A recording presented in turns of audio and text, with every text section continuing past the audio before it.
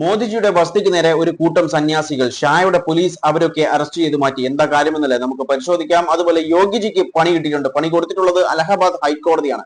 എന്താണെന്നല്ലേ അത് നമുക്ക് പരിശോധിക്കാം. കുറച്ച് ദിവസങ്ങളായി നമ്മുടെ സംഘികളും സംഘികളുടെ ചാനലും പറഞ്ഞു നടക്കുന്നു അയോധ്യ രാമക്ഷേത്രത്തിൽ ഒന്നും സംഭവിച്ചിട്ടില്ല, അവിടെ ഒരു കളവോ ഒന്നും നടന്നിട്ടില്ല എന്ന്. അപ്പോൾ എന്റെ ചോദ്യം ഇതാണ്, യോഗിയുടെ പോലീസ് അപ്പോൾ കളവ് പറയുന്നതാണോ? SIT കൃത്യമായി പറഞ്ഞിട്ടുണ്ട് അയോധ്യ രാമക്ഷേത്രത്തിൽ തട്ടിപ്പ് നടന്നിട്ടുണ്ട്, കളവ് നടന്നിട്ടുണ്ട് എന്ന്. അതായത് യോഗിജിയുടെ SIT ആണ്, സ്പെഷ്യൽ ഇൻവെസ്റ്റിഗേഷൻ ടീം. അവർ പറഞ്ഞു അവിടെ കളവ് നടന്നിട്ടുണ്ട്. പക്ഷേ ഇപ്പോൾ സംഘികൾ വന്ന് പറയുന്നു അവിടെ കളവ് ഒന്നും നടന്നിട്ടില്ല എന്ന്. അപ്പോൾ യോഗിജിയാണോ കളവ് പറയുന്നത്, യോഗിജിയുടെ പോലീസാണോ കളവ് പറയുന്നത്, ആരാണ് പറയുന്നത്? ഇപ്പോൾ അതാ പുതിയൊരു ഡെവലപ്മെന്റ് ആ ഒരു കാര്യത്തിൽ വന്നിട്ടുണ്ട്. നമുക്ക് ഒരു വീഡിയോ കാണാം.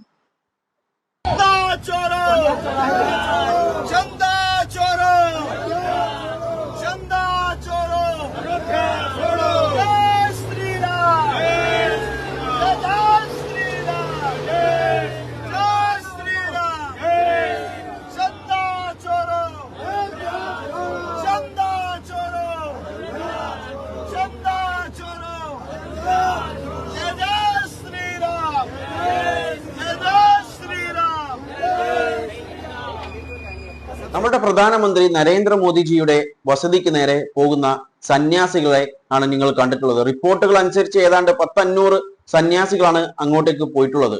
നമുക്കൊരു വീഡിയോ കൂടി കാണാം.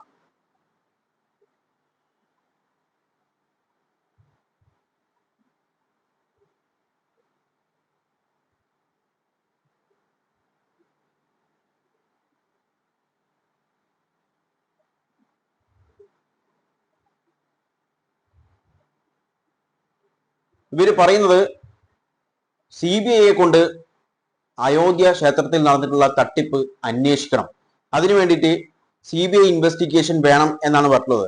അതിനു വേണ്ടിയിട്ടാണ്, അതായത് ഹോണറബിൾ പ്രൈം മിനിസ്റ്റർ ഒരു മെമ്മോറാണ്ടം കൊടുക്കാൻ വേണ്ടിയിട്ടാണ് ഇവർ വന്നിട്ടുള്ളത് എന്നുള്ള കാര്യങ്ങളാണ് ഇവർ പറഞ്ഞു വെക്കുന്നത്.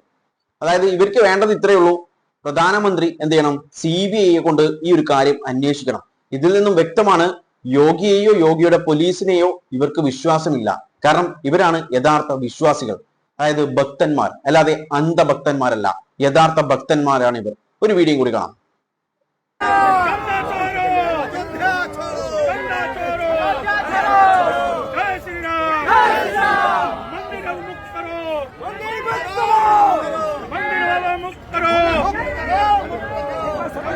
കണ്ടില്ലേ, ഇവർ ഇവിടെ വന്നിട്ട് പ്രൊട്ടസ്റ്റ് ചെയ്യുമ്പോൾ അപ്പുറം സംഘി പറയുകയാണ് അയോധ്യയിൽ ഒരു പ്രശ്നവുമില്ല, രാമക്ഷേത്രത്തിൽ കൊള്ള നടന്നിട്ടില്ല എന്ന്. എന്താണല്ലേ, ഏതോ വലിയ ആളുകളെ രക്ഷിക്കാൻ തന്നെയാണ് യോഗിയുടെ പോലീസ് കളിക്കുന്നത്. അത് ഇവർക്ക് വ്യക്തമായത് കൊണ്ടാണ് ഇവർ ഒരു മെമ്മോറാണ്ടമുമായിട്ട് പ്രൈം മിനിസ്റ്ററിനായി കാണാൻ വന്നിട്ടുള്ളത്. അതായത് CBI ഈ കേസ് അന്വേഷിക്കണമെന്ന്. കാരണം യോഗിയുടെ പോലീസിനെയും ഇവർക്ക് വിശ്വാസമില്ല. അതാണ് യഥാർത്ഥ ഭക്തരും അന്ധഭക്തരും തമ്മിലുള്ള വ്യത്യാസം എന്ന് പറയുന്നത്. റിപ്പോർട്ടുകൾ അനുസരിച്ചിട്ട് ഇവരെ പോലീസ് അറസ്റ്റ് ചെയ്ത് മാറ്റി എന്നുള്ള ഇൻഫർമേഷൻസ് അല്ലെങ്കിൽ റിപ്പോർട്ടുകളാണ് പുറത്തു വന്നുകൊണ്ടിരിക്കുന്നത്. അതിന്റെ കൃത്യമായിട്ട് വിവരങ്ങൾ അറിയില്ല, എന്നാലും റിപ്പോർട്ടുകൾ അനുസരിച്ചിട്ട് ഇവരെ പോലീസ് അവിടുന്ന് അറസ്റ്റ് ചെയ്തിട്ട് മാറ്റിയിട്ടുണ്ട്. ഓക്കെ, ഇനി നമുക്ക് യോഗിജിയുടെ കാര്യത്തിലേക്ക് പോവാം. യോഗി സർക്കാരിന് അലഹബാദ് ഹൈക്കോടതി പിഴയിട്ടിട്ടുള്ളത് 12.5 ലക്ഷം രൂപ. കാര്യം എന്ന് പറയുന്നത് പെൺകുട്ടികളുടെ മൗലിക അവകാശം ലംഘിച്ചു എന്നാണ് അലഹബാദ് ഹൈക്കോടതി പറഞ്ഞിട്ടുള്ളത്. ഇസ്ലാം മതം സ്വീകരിച്ചതിൽ തടങ്കലിൽ. കാര്യം എന്ന് പറയുന്നത് 2020 ഒരു കുട്ടി എന്ത് ചെയ്തിട്ടുണ്ട്, കുട്ടിയല്ല പ്രായപൂർത്തിയായിട്ടുള്ള ഒരു സ്ത്രീയാണ്, അവർ എന്ത് ചെയ്തിട്ടുണ്ട്, ഇസ്ലാം മതത്തിലേക്ക് കൺവേർട്ട് ചെയ്തു. 21 അവരുടെ സിസ്റ്ററും കൺവേർട്ട് ചെയ്തു. ഇത് ഇഷ്ടപ്പെടാത്ത അവരുടെ ഫാദർ എന്ത് ചെയ്തു, ഇവരെ പിടിച്ച് വീട്ടു തടങ്കലിൽ ഇട്ടു. അതിനുശേഷം ഇവര് പാസ്പോർട്ടിന് അപേക്ഷിച്ചപ്പോൾ എന്ത് ചെയ്തു, അത് കൊടുത്തില്ല, അതായത് അതോറിറ്റി കൊടുത്തില്ല, പോലീസ് അത് നിരസിച്ചു എന്നാണ് റിപ്പോർട്ടുകൾ സൂചിപ്പിക്കുന്നത്. അതുപോലെ ഇവർ ഡിറ്റൻഷനിലാണ് അറിഞ്ഞിട്ടും, അതായത് വീട്ടു തടങ്കലിൽ ഇല്ലീഗൽ ആയിട്ടുള്ള ഒരു തടവിലാണ് അറിഞ്ഞിട്ടും പോലീസോ അല്ലെങ്കിൽ മറ്റു അതോറിറ്റി ഒന്നും ഇതിനെ ഒന്നും ചെയ്തില്ല. അതായത് ഇവർ അങ്ങനെ തന്നെ നിന്നോട്ടെ എന്ന് വിചാരിച്ചു നിന്നു, കൈയും കെട്ടിയിരുന്നു, അങ്ങനെ തന്നെ പറയാം. അപ്പോൾ ഇപ്പോൾ കോടതി പറഞ്ഞിട്ടുള്ളത് ഇത് പെൺകുട്ടികളുടെ മൗലിക അവകാശ ലംഘനമാണ്. അതുകൊണ്ട് തന്നെ പിതാവിനും അതുപോലെ UP സർക്കാരിനും, അതായത് നമ്മുടെ യോഗി സർക്കാരിനും 25 ലക്ഷം രൂപ പിഴയിട്ട് ഹൈക്കോടതി. രണ്ടുപേരും 50-50 എന്ത് ചെയ്യണം, അടക്കണം എന്നാണ് ഹൈക്കോടതി പറഞ്ഞിട്ടുള്ളത്. അതായത് യോഗി വിചാരിച്ചു സാധാരണ പോലെ ഇതും അങ്ങ് പോയി കിട്ടും, ഇല്ല പ്രശ്നമൊന്നുമില്ല എന്ന് വിചാരിച്ചാണ്. പക്ഷേ പണി കിട്ടി. ഏതാണ്ട് 12.5 ലക്ഷം രൂപ. ലക്ഷം രൂപന്റെ അല്ല ഇവിടെ പ്രശ്നം. ഇവിടെ പ്രശ്നം എന്ന് പറയുന്നത് അവിടെ കൺവേർട്ട് നടക്കുമ്പോൾ ഒക്കെ പോസ്റ്റ് കൺവേർഷൻ എന്നും പറഞ്ഞിട്ടാണ് അവിടെ പ്രശ്നങ്ങൾ ഉണ്ടാവാറ്. പക്ഷേ അലഹാബാദ് ഹൈക്കോടതി പറഞ്ഞു കൺവേർട്ട് ചെയ്യുന്നത് ഒരു പ്രശ്നവുമില്ല, ഫോഴ്സ്ഡ് അല്ലാത്ത കൺവേർഷൻ ഭരണഘടനാപരമായിട്ട് മൗലിക അവകാശത്തിൽ പെടുന്നത് തന്നെയാണ്. അതായത് നമുക്ക് ഒരാളെ ഫോഴ്സ് ചെയ്യാതെ സ്വയം താല്പര്യാർത്ഥം എന്ത് ചെയ്യാം, അവർക്ക് മതം മാറുന്നതിന് യാതൊരു പ്രശ്നമില്ല. അത് ഹിന്ദുവിൽ നിന്ന് മുസ്ലിമിലോ അല്ലെങ്കിൽ മുസ്ലിം ഹിന്ദു ആവലോ ക്രിസ്ത്യൻ ആവോ ആര് വേണമെങ്കിലാകാം, നോ പ്രോബ്ലം. ഓക്കെ, അതുപോലെ മറ്റൊരു ന്യൂസ് ആണ് വന്നുകൊണ്ടിരിക്കുന്നത്. അതായത് ബോംബുണ്ടാക്കാൻ നിർബന്ധിച്ചു. രാജ്യത്തിന്റെ പല ഭാഗങ്ങളിലും നടന്ന സ്ഫോടന പരമ്പരകളിൽ മോഹൻ ഭഗവത്, അതായത് RSSന്റെ ചീഫ് മോഹൻ ഭഗവത് ഉൾപ്പെടെ ഉള്ളവർക്ക് പങ്ക്. സംഘപരിവാർ സംഘടനകളെ ഭീകര സംഘടനകളായി പ്രഖ്യാപിക്കണമെന്ന് അമിത്ഷായ്ക്ക് കത്തയച്ച് മുൻ RSS നേതാവ് യശ്വന്ത് സഹദേവ് സിന്ധ്യ.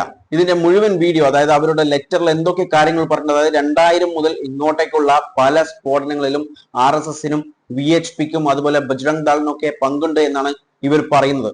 പല കോടതി റിലേറ്റഡ് ആയിട്ടുള്ള കാര്യങ്ങളൊക്കെ ഒരുപാട് കാര്യങ്ങൾ ഇവർ പറയുന്നുണ്ട്. അതിന്റെ ഡീറ്റെയിൽ വീഡിയോ ഞാൻ ഓൾറെഡി ചെയ്തിട്ടുണ്ട്. അതിന്റെ ലിങ്ക് ഞാൻ ഡിസ്ക്രിപ്ഷൻ ബോക്സിൽ ഇടയും, അതുപോലെ ഇവിടെ ടാഗും ചെയ്യാം. ഓക്കെ, താല്പര്യമുള്ളവർക്ക് കാണാം.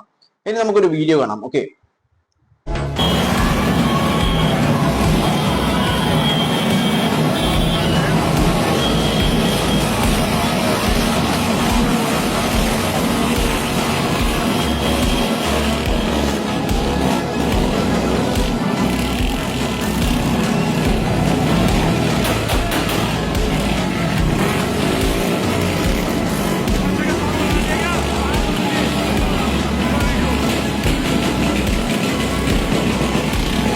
ഇപ്പൊ നമ്മൾ കണ്ടിട്ടുള്ള വീഡിയോ എന്ന് പറയുന്നത് കൻവാർ യാത്രയുമായിട്ട് ബന്ധപ്പെട്ടുള്ള റാലിയിൽ നടക്കുന്ന ചില കാര്യങ്ങളാണ്. അതായത് അവർ ആയുധങ്ങളൊക്കെ എടുത്തിട്ടാണ്, അതായത് ഇത് ഈ ഒരു തവണയല്ല, ഈ ഏത് റിലീജിയസ്, അതായത് ഹിന്ദു റിലീജിയസ് ഫെസ്റ്റിവൽസിന്റെ സമയത്തൊക്കെ സെലിബ്രേറ്റ് ചെയ്യുന്ന സമയത്തൊക്കെ ഇവരുടെ കയ്യിൽ ആയുധങ്ങൾ ഉണ്ടാവും.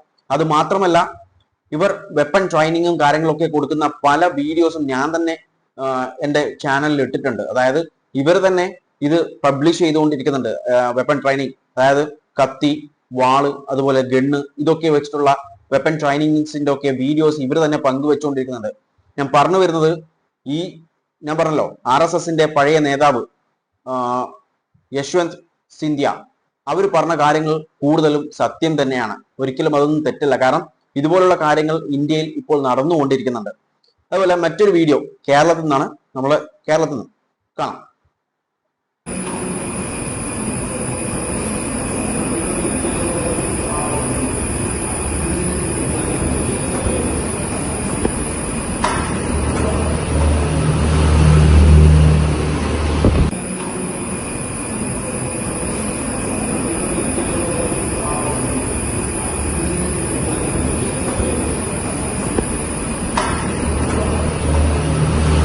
കണ്ടില്ലേ, BJPയുടെ കാസർഗോഡിലെ ഓഫീസാണ്.